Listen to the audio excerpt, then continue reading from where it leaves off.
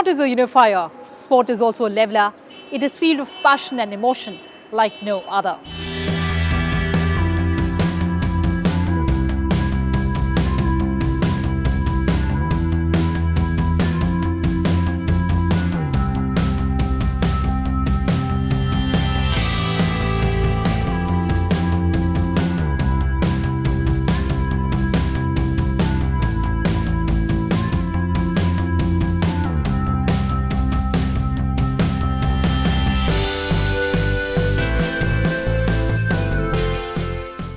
Hello and a very warm welcome viewers. You're watching our special report on making India a sports superpower. Being home to the largest youth population, India has a huge potential to become a superpower in Olympics.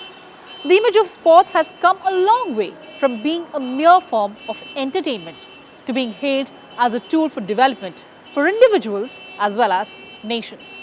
In this report, we'll take a closer look at the key recommendations of the Parliamentary Committee on Preparations for Olympic Games. Come along.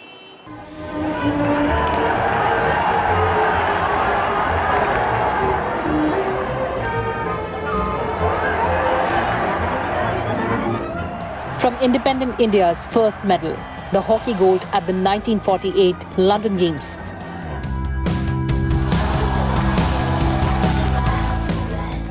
to India's first individual gold, Abhinav Bindra at 2008 Beijing. Each of the moments are remembered and celebrated for the significance they hold.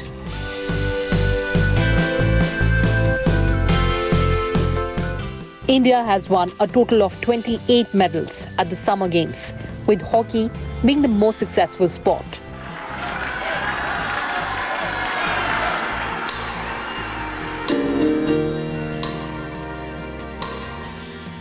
To improve India's performance at Olympics and Paralympics, the Ministry of Youth Affairs and Sports started the Target Olympic Podium scheme in September 2014.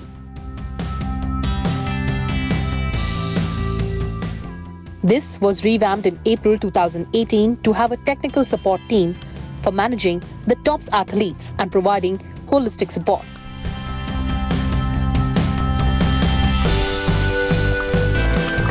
However, the 32nd Olympic Games scheduled to be held in 2020 in Tokyo, in Japan, had to be postponed because of COVID-19 pandemic. The Standing Committee on Education, Women, Children, Youth and Sports of Parliament recently made a slew of recommendations about India's preparations for the Olympics. The panel said that mental and physical fitness of athletes amid the pandemic should be ensured. The department-related Parliamentary Standing Committee on Education, Women, Children, Youth and Sports submitted a report on preparation of Olympic Games virtually in December 2020 to the Rajya Sabha chairperson, M. Venkaiah Naidu. Olympians, sports journalists, sports federations and other stakeholders were consulted for drafting the report. In light of the COVID-19 pandemic, the committee enlisted recommendations aimed at ensuring the mental and physical fitness of athletes, while also ensuring they get adequate training.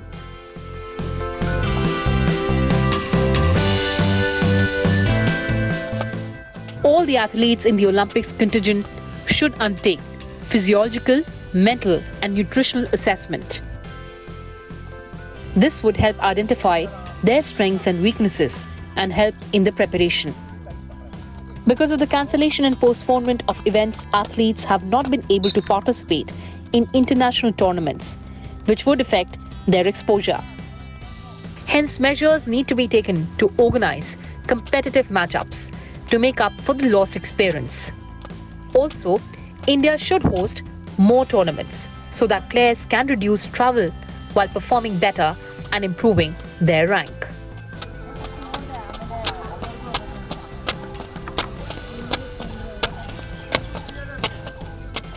The committee held discussions with wide spectrum of stakeholders involved in the country's preparation for the Tokyo Olympic 2021.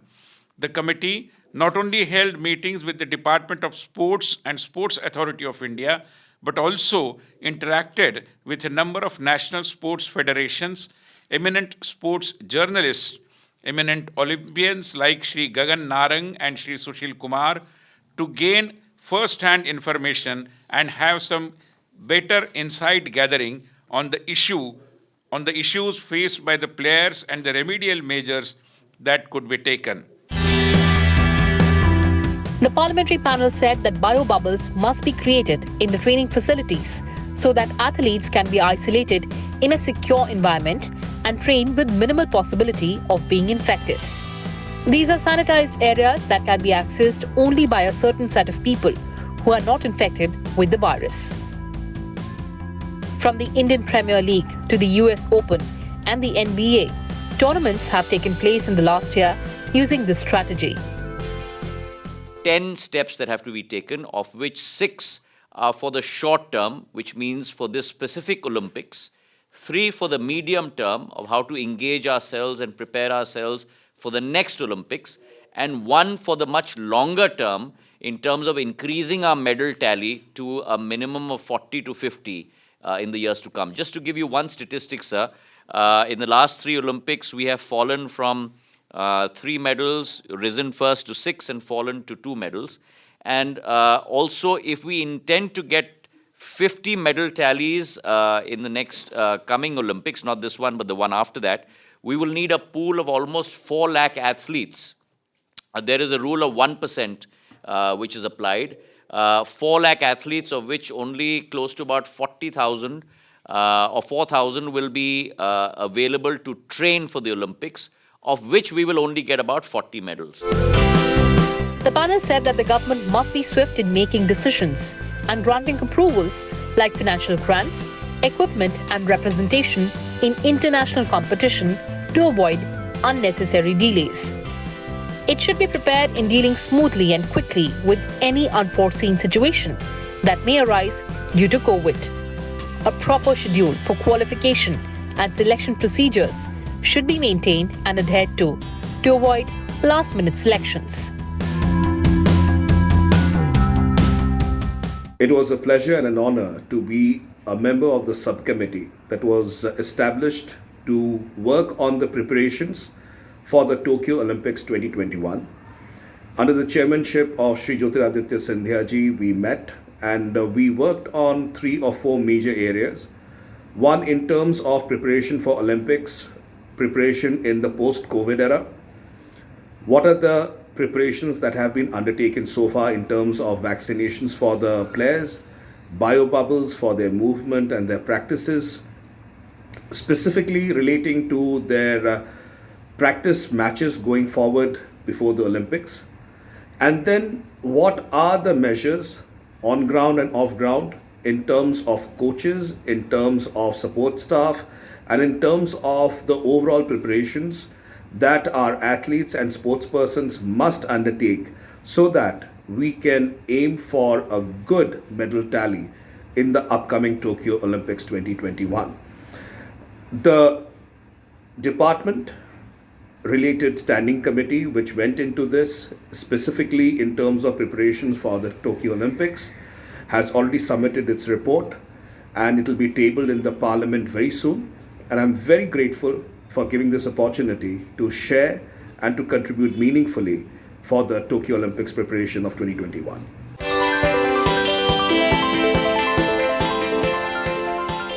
The Sports Ministry is now planning to hire Olympians and Paralympians as coaches for Sports Authority of India's National Centres for Excellence to fill up vacant posts.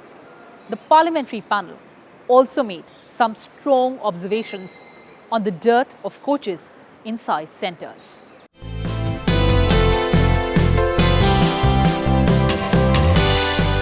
The panel said that several foreign coaches resigned and returned to their respective countries in the course of the pandemic. Besides, most sporting disciplines have foreign experts who are either 65 or above. Those above 65 were asked by their respective federations to not visit training venues. About 561 vaccines exist for coaches.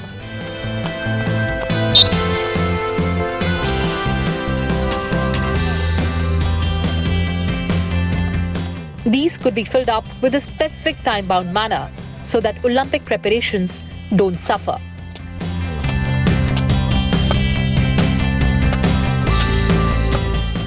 Additionally, an immediate survey should be carried out in collaboration with the sporting federations to gauge requirements for coaches, including personal coaches for athletes.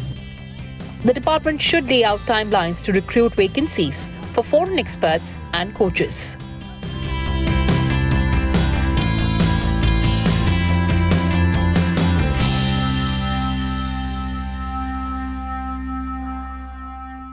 Keeping in view of the fact that only a few months are remaining for the Tokyo Olympic, the committee has drafted a very crisp report focusing on the issues that need immediate attention and are critical for the success of the Indian sportspersons. In the particular report, in different 11 sections, we have given 48 very specific recommendations on actionable points on which we believe that the ministry can immediately think about and take necessary actions.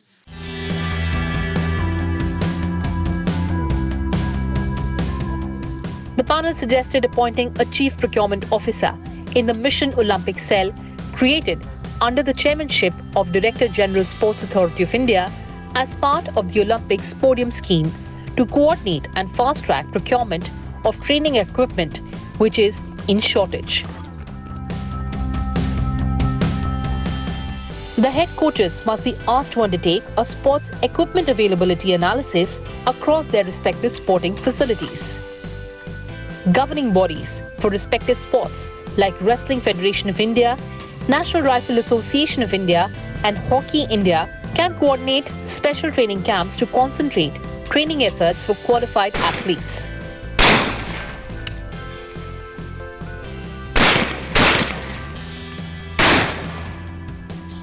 A dedicated digital portal must be created for all athletes to list their equipment, training, and nutritional requirements.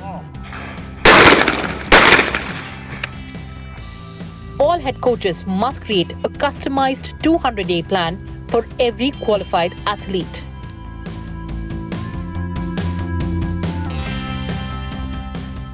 The plan should list the focus areas for training, guidelines for preparation, and nutritional advice that athletes can follow to streamline their preparation.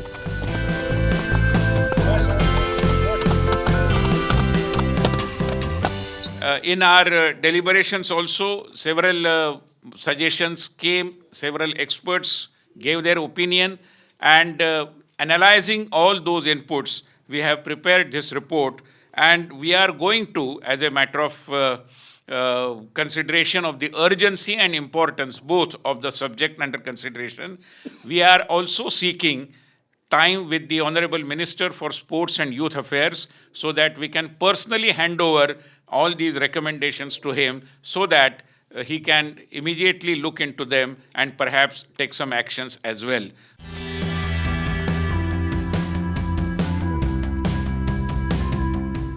The panel noted that medical staff and other medical equipment like X-ray, MRI should be made available within select SAI and other training centers.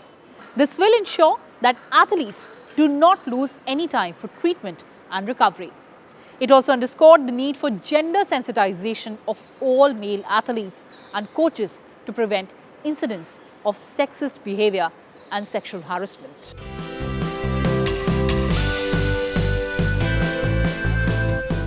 All schemes and incentives designed for the athletes should be gender neutral. Women should be encouraged to participate in as many sporting events as possible so that at least 50% of the Olympic contingent consists of women in the near future.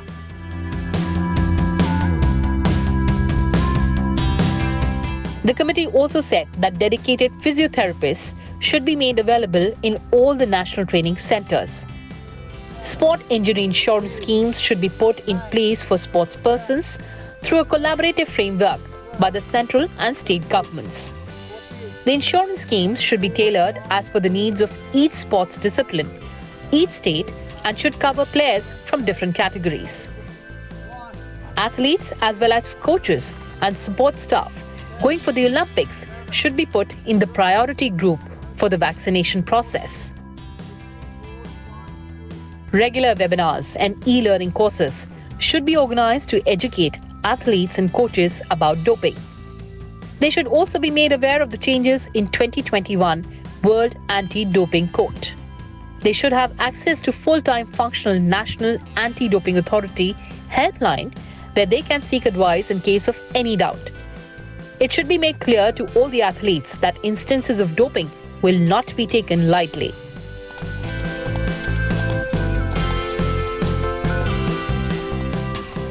Very crisp, clear steps that need to be taken. 10 steps. The first deals with the recovery from the COVID impact and how to train our athletes for the current Olympics. The second deals with institutional support. The third deals with human resource and technical support for our athletes. The fourth deals with the key issue of medical assistance as well as doping, because the doping laws have been enhanced tremendously. And we have to look at NADA, the National Anti-Doping Authority, becoming completely independent as according to the new WADA laws, which is the World Anti-Doping Authority. The fifth has to do with biobubbles, allowing our athletes to train in a safe environment pre and during the Olympics. The sixth has to do with the financial side, which has to do with corporate sponsorship. So these deal with the current Olympics. The panel also made suggestions for financial aid for athletes during their tenure as sportspersons and financial security for medal-winning athletes and their coaches during and post their sports careers. The committee recommended undertaking a National Olympic Scholarship Program in a phased manner. It must guarantee minimum but fixed financial aid to every athlete who does well at the national level. This funding needs to be scaled up as athletes begin to compete on the world stage. It said that private funding to individual athletes is still very low as compared to other nations. Athletes should be trained to raise funds from private sources as well. Besides, incentives to donors and sponsors will also spur such private sector participation.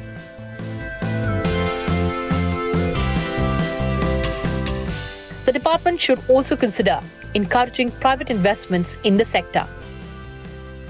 Current CSR contributions to sport only amount to about a paltry 2% of all CSR funds. Providing special incentives to invest in sports will aid in attracting the corporate world. The panel said that the ministry must place before it a formula at the earliest for ensuring financial security for medal-winning athletes and their coaches during and post their sports careers. The ministry must also formulate such a formula based on the sportsperson and coach's contribution to the flag for the sports. This formula must take care of the financial security, including consideration regarding stipends, jobs, post-retirements, annuities. There have been several instances of athletes not getting government jobs even after bringing medals in major international games. There should be an assured 3% sports quota reservation in government jobs for all the medal-winning athletes. For the period of unemployment, the ministry must also give the cover of life insurance and health insurance to all Olympians as a mark of respect for their services to the country. For the medium term, we are looking at enhancing our contingent with gender neutralization, with ensuring that we have many more women athletes in place. Financial stability to medal winners. There are many sorry stories, sir, across India where Olympic stars have actually gone to a state of destitution today. And we need, as a state and a country, to be able to support them after they've carried our flag very proudly on their shoulders. In the identified priority and high priority sports by the ministry, the focus should be on talent spotting from the bottom up, from the panchayats, the blocks and the districts of India. Talent should be spotted from the school levels and nurtured to the Olympics level.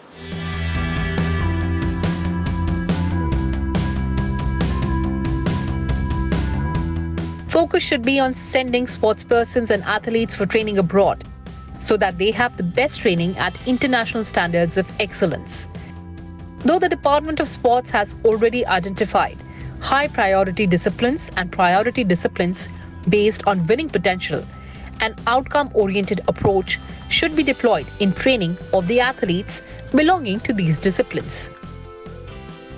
States should recognize sports as an industry via their respective industrial policies to provide an impetus to the sector and encourage investment in infrastructure development.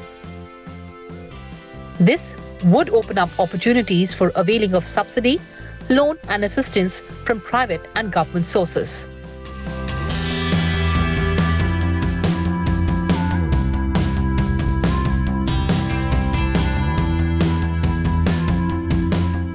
The atmosphere that has been generated in our country for the support of sportspersons is inspiring.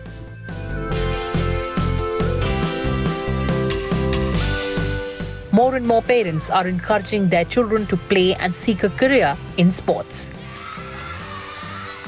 They have faith that sports can provide the platform for a healthy and decent future.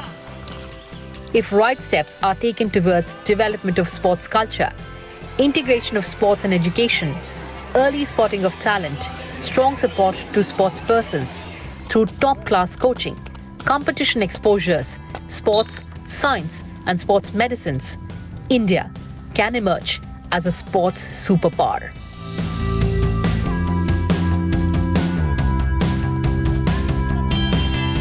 Well, that's all we have for you in this edition. Thanks for watching and stay tuned to Rajya Sabha TV.